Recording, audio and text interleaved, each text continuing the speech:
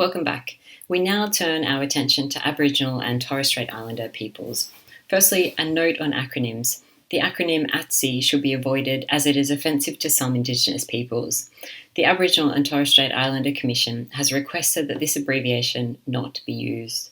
If you are writing about Aboriginal and Torres Strait Islander people in this course, please respect this. Who are we talking about when we talk about Aboriginal Australians and Torres Strait Islanders?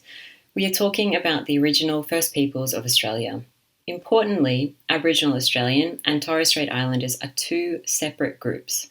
Collectively, they are recognised as being part of the oldest living culture in the world. Moreover, what they have in common is a shared experience of dispossession, marginalisation and racism following colonisation. Just as there is an indisputable link between the social gradient and race, there is an indisputable link between colonisation and the current health issues that Aboriginal Australians and Torres Strait Islander peoples face. Social disadvantage is directly related to a history of dispossession, genocide, and intergenerational trauma. The continuing sequela of historic events and contemporary practices of governance and social exclusion impacts education, employment, income, and incarceration. This final point on this slide functions to illuminate that prior to colonisation, Aboriginal and Torres Strait Islander peoples enjoyed better health than the people who were colonised and violently dispossessed them of their land. At time of colonisation, Aboriginal and Torres Strait Islander peoples didn't face population-wide health issues such as hepatitis B, measles and tuberculosis.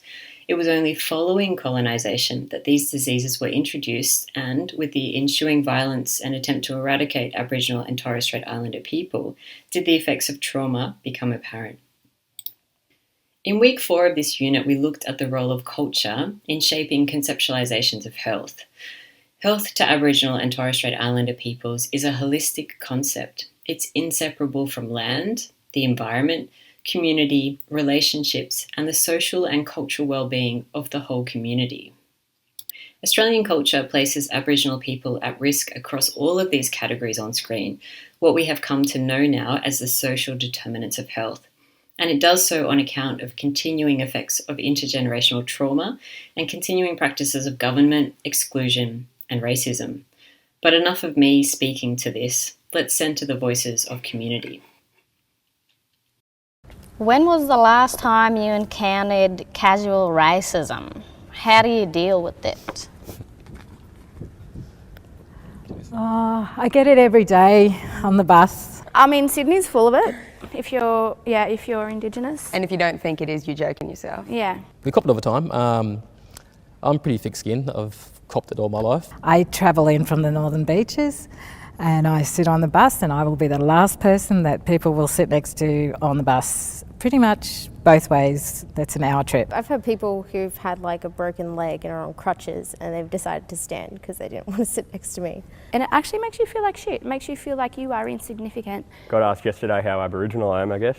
That still hurts a lot when people want to question who you are based on the colour of your skin.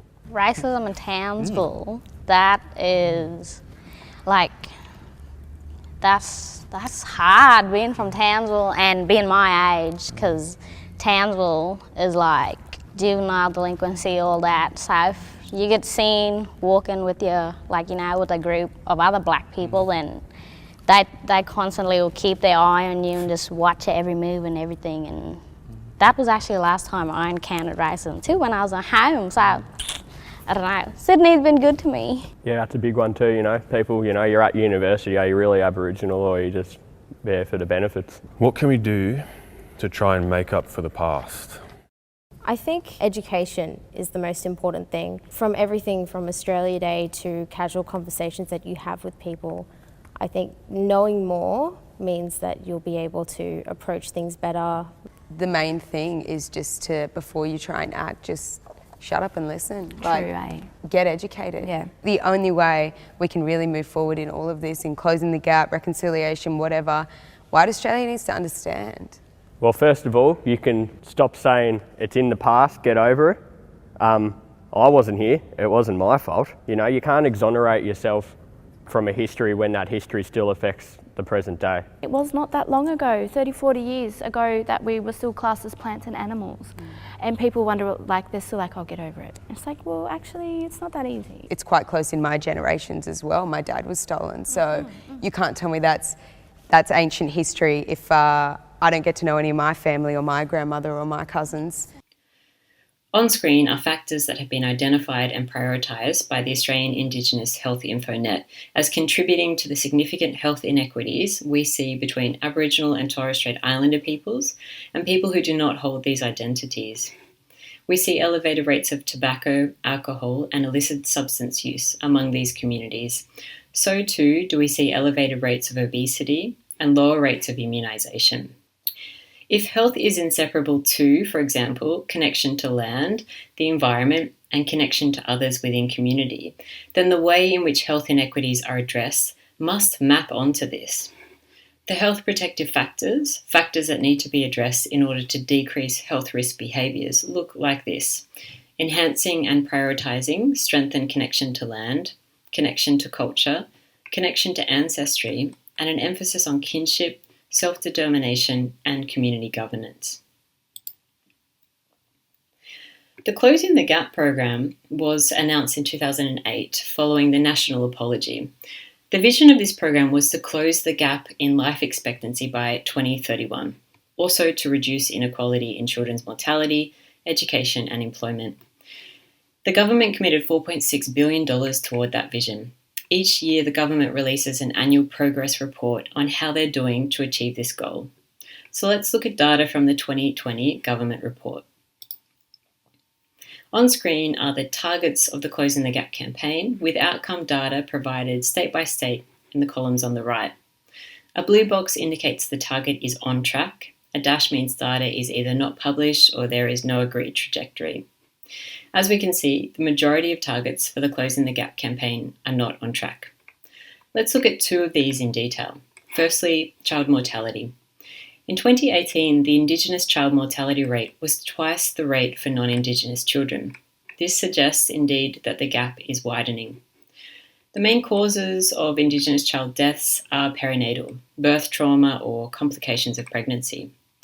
Child mortality is associated with a variety of social determinants.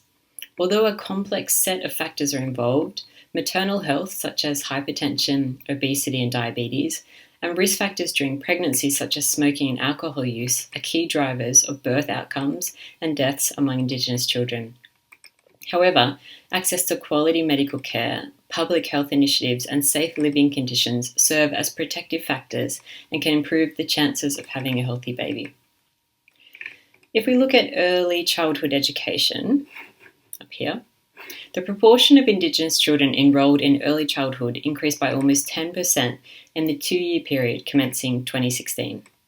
It's highest in inner regional areas and lowest in very remote areas. Why might this be the case? If we apply our knowledge of the social determinants, then we can identify potential causal factors.